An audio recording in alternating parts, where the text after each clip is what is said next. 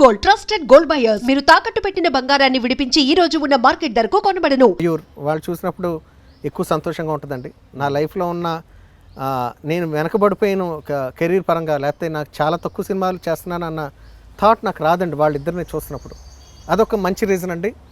And నా లైఫ్లో ఎప్పుడు ఇంకో మ్యూజిక్ డైరెక్టర్తో నా లైఫ్ని ఎప్పుడు కంపేర్ చేసుకోలేదండి. Be it my brother or Devi Sri Prasad or anybody Thaman or నాకన్నా ఎక్కువ సినిమాలు చేస్తున్న ఎవరైనా సరే, మణి గారు కానీ చాలామంది, వీళ్ళందరితోనూ నేను క్లోజ్లీ అసోసియేటెడ్. వీళ్ళంతా నాకు చాలా మంచి చనువు ఉందండి, బాగా మాట్లాడతాను. ఎవరైనా సరే ఎవరితోనూ నా లైఫ్ని, నా కెరీర్ని, ఎస్పెషల్లీ కెరీరే కదండి కంపారిజన్ అంటే, పర్సనల్ లైఫ్ ఎప్పుడు కంపేర్ చేసుకోను. నా కెరీర్ని అదేంటి నాకన్నా ఎక్కువ సినిమాలు చేస్తున్నారనో, వాళ్ళకి ఎక్కువ సక్సెస్ వస్తుందనో అలా తలుచుకుని ఎప్పుడు బాధపడిన క్షణాలు అసలు నా జీవితంలో ఉండవండి, లేవు, లైఫ్లో కూడా ఉండవండి. ఎప్పుడు కూడా కంపేర్ చేసుకోండి లైఫ్ని. నాకు వచ్చింది చాలా తృప్తిగా ఉంటుందండి. నేను ఒకటే బోర్, నేను రావాలనుకున్న కారణాలు చెప్పాను కదండి, బోర్ కొడతా ఉంటుంది ఒక్కోసారి. ఆ బోర్డం లేకుండా వర్క్ ఉంటే బాగుండని కోరిక ఉంటుందండి. అండ్ డబ్బు సంపాదించాలని కోరిక ఉంటుంది. ఆ రెండు కారణాల వల్ల సినిమా వస్తే బాగుండని కోరుకుంటాను. ఆ చిన్న సినిమా పెద్ద సినిమా కూడా ఉండదండి మైండ్లో. ఆ చిన్న సినిమా అయినా సినిమాయేగా, అల్టిమేట్గా నా పాటే కదా హిట్ అవ్వాలి, నాకు పేరు రావాలి. సో నేను ఎప్పుడు నా లైఫ్లో కంపేర్ చేసుకోలేదండి. ఐ ఆల్వేస్ విష్ వాళ్ళ పాటలు బాగుంటే బాగుండని కోరుకుంటాను. ఇన్ఫ్యాక్ట్ మా అబ్బాయికి మయూర్కి నా పాటలు అంటే పెద్దగా ఇష్టం ఉండదండి. నేను మెలోడీస్ ఎక్కువ చేస్తాను కదండి, వాడికి ఆ బీట్ ఓరియంటెడ్ సాంగ్స్ అంటే చాలా ఇష్టం అండి. ఎప్పుడైనా కార్లో ట్రావెల్ చేస్తూ ఉంటే తమన్ పాటలు ఎక్కువ ప్లే చేసుకుంటూ ఉంటాడండి, ఇంగ్లీష్ పాటలు కాకుండా. ఒక 20 సాంగ్స్ ప్లే అయినాయి అంటే దాంట్లో 15 సాంగ్స్ కంపల్సరీగా తమన్ సాంగ్స్ ఉంటాయి. తమన్ మ్యూజిక్ అంటే వాడికి చాలా చాలా ఇష్టం. అలా ఎందుకు చేయనా అని నన్ను చాలాసార్లు అడిగాడండి.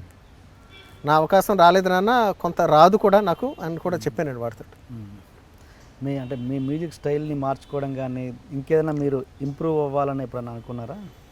అలాగా అది చెప్పి జరిగి అలా ప్రయత్నపూర్వకంగా ఎప్పుడు చేయలేమండి. Depends on what kind of movies you are getting, ఆ జాన్రా ఏంటి, ఆ డైరెక్టర్ టేస్ట్ ఏంటి, డైరెక్టర్ ఏం అడుగుతున్నాడు, తద్ది అనుగుణంగానే మ్యూజిక్ డైరెక్టర్ చేస్తాడు తప్ప, ఈ సినిమాకి ఇప్పుడు బలవంతంగా ఒక గోల్కొండ హై స్కూల్ ఉందండి మోహన్ కృష్ణ గారు, దాంట్లో సడన్గా నేను ఓ మాస్ సాంగ్ పెడదామంటే మ్యాచ్ అవుదండి. దానికి ఒక ఆ స్క్రీన్ పేకి ఒక దానికి నిర్దిష్టమైన ఒక ప్రామాణికమైన ఒక కల్చర్డ్ సాంగ్ అవసరం అవుద్ది అనుకోండి. నేను నా ఇష్టానుసారంగా నేను పైకి వెళ్ళడానికి, నేను ప్రూవ్ చేసుకోవడానికి కోసం నేను ఈ పాట చేసి నేను పెట్టమంటే ఎలా జరుగుద్దండి? సో అనుకోకుండా నాకు వచ్చిన అవకాశాలన్నీ అటువంటివే. వెరీ మెలోడీస్ ఆస్కారం ఉన్న పాటలు, సినిమాలు, మంచి పోయిటిక్గా ఉండేవి, అర్థవంతమైనవి. సో వాటిల్లో వేరే బీట్ ఓరియంటెడ్ సాంగ్స్ చేసే అవకాశం నాకు చాలా తక్కువ వచ్చిందండి. That could be a reason. అలా వచ్చినట్టుంది కదా. అధినాయకుడు బాలకృష్ణ గారి సినిమా అసలు ఈ కాంబినేషన్ ఏంట్రా బాబు అనిపించేలా ఉంది. అసలు కళ్యాణ్ మాలిక్ గారు బాలకృష్ణ గారు కాంబినేషన్ ఏంటి అన్నట్టు. మరి అలాంటి వచ్చినప్పుడు మీరు దాన్ని ప్రూవ్ చేసుకున్నారా? లేదండి, నేను అప్పుడు ఆడియో రిలీజ్ అయినప్పుడు చాలా పెద్ద సక్సెస్ అండి ఆడియో. వాళ్ళ బాలకృష్ణ గారి ఫ్యాన్స్ అందరూ నాకు డైరెక్ట్గా ఫోన్ నెంబర్ తోటి వాళ్ళు మాట్లాడి చాలా అప్రిషియేట్ చేశారండి నన్ను. హార్డ్ కోర్ ఫ్యాన్స్ అండి.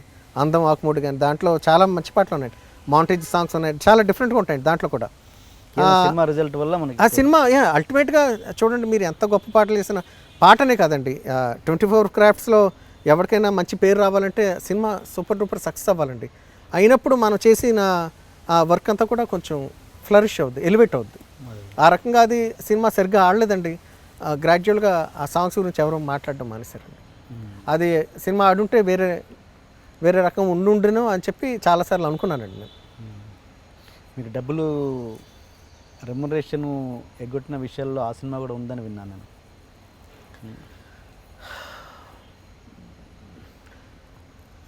అవునండి, నాకు